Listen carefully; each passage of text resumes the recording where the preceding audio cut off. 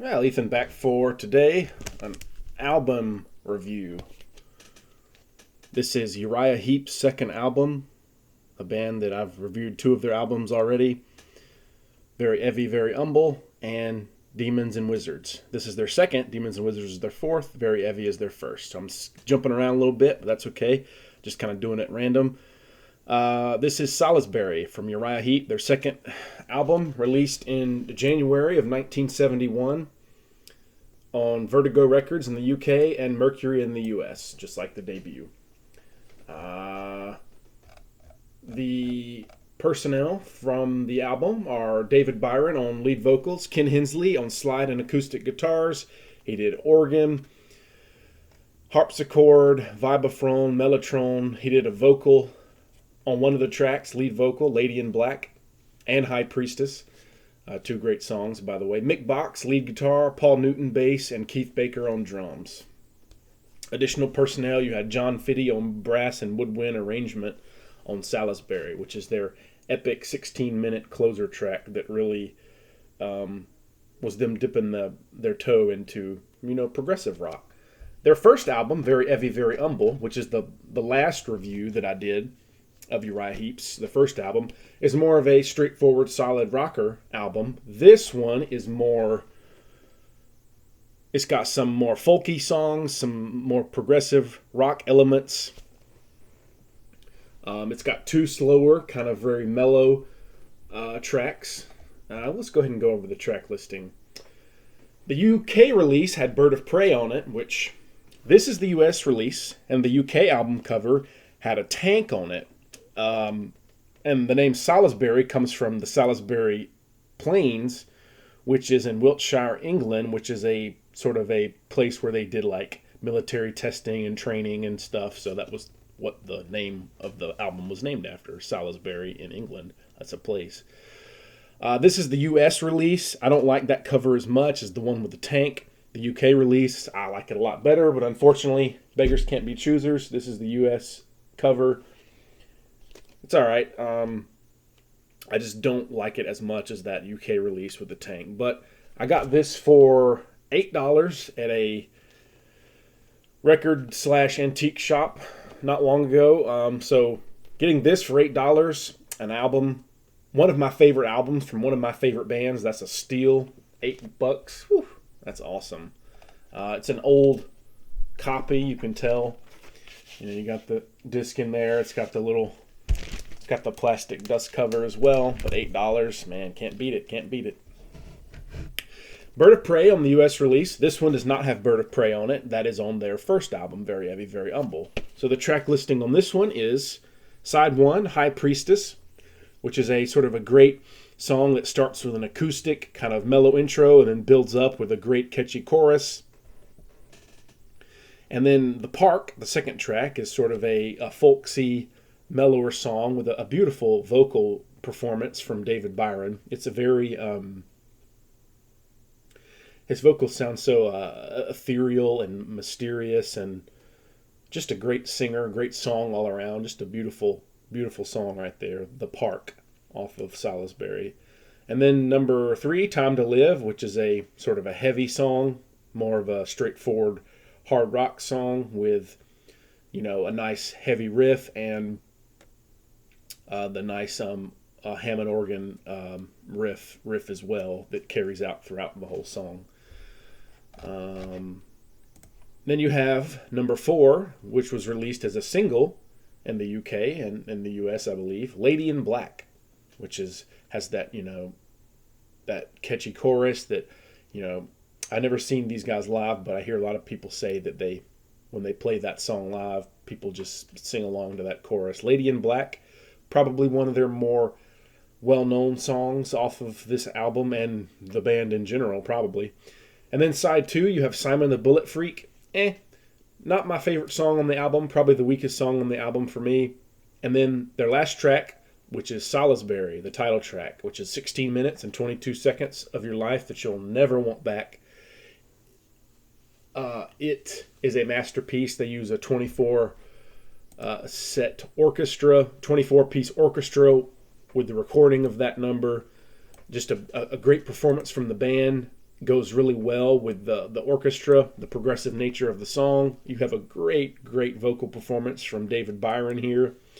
It's an excellent song. If you haven't heard of these guys, this band, Uriah Heep, check out the song Salisbury. It's long, it's progressive, it's, the roots of prog rock right there, but excellent. If it's kind of a slow build, slow burn, but it's such an amazing song, I think, and I recommend it if you want to have a sample of what these guys are like. Check out that song right there, Salisbury, the title track. And that'll do it. Just 7 songs, but there is no filler. It's pure killer. Probably my favorite album from these guys. The UK release with Bird of Prey, absolutely my favorite album with the addition of that song. So the UK release would have Bird of Prey, The Park, Time to Live, Lady in Black, High Priestess, and Salisbury. So the track listing has changed up a little bit from the US and UK release. That's pretty typical for a lot of bands, though, especially at the time. You would have a little different releases based on where you lived. And album covers, as we see. Probably my favorite Uriah Heep album, just because there is no wasted moment. There's really no bad songs. Some of the other Uriah Heep albums, there's some songs that are kind of you could give or take. Some of them are forgettable and just like, oh, what was that song? But all of these songs on here, very, very good songs. Beautiful guitar, beautiful organ, beautiful drums, and great singing all around. You have that high kind of operatic singing from David Byron. But what a great singer he was. He went on to leave the band in 76, I believe, just a few years later. And then he actually died in the mid-80s at the young age of he was like in his late 30s, I think, so not old. So what a voice he was, though, in the 70s for this band. Recorded in fall of 1970, so it goes way back, and then released in February of 71. Well, they say February in the U.S. and then January in the U.K. on Vertigo Records. So, and it was produced by Gary Braun. Probably my favorite album from them. Again, the UK release cover I prefer much better, which will be the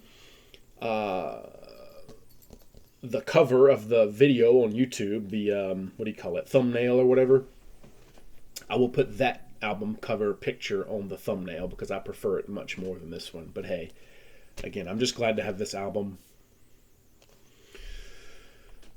Yeah, it says the front cover of the album, the UK release, depicted a British chieftain tank which connects to the title as Salisbury Plain in Wiltshire, England, is a military training area.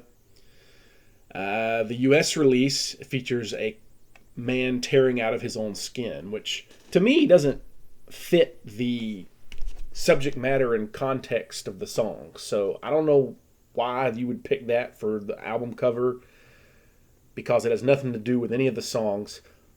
The tank in Salisbury Plain makes much more sense because the title track, Salisbury, is a military training area. So to me, that makes so much more sense. This, to me, doesn't make any sense. It's just, where did they get that idea for a man tearing out of his own skin? There's certainly nothing gruesome in any of these songs. They're very quite ethereal and beautiful progressive rock songs. So it just doesn't fit this album cover. So it just kind of bugs me. But one day I'll probably get the UK release album cover, just because I like this band so much and I like the cover so much, I would be willing to put down the money to buy this album again just for a cover. That's how much of a Uriah Heep fan I am, I guess. Anyway, for a rating, this gets a 97 out of 100.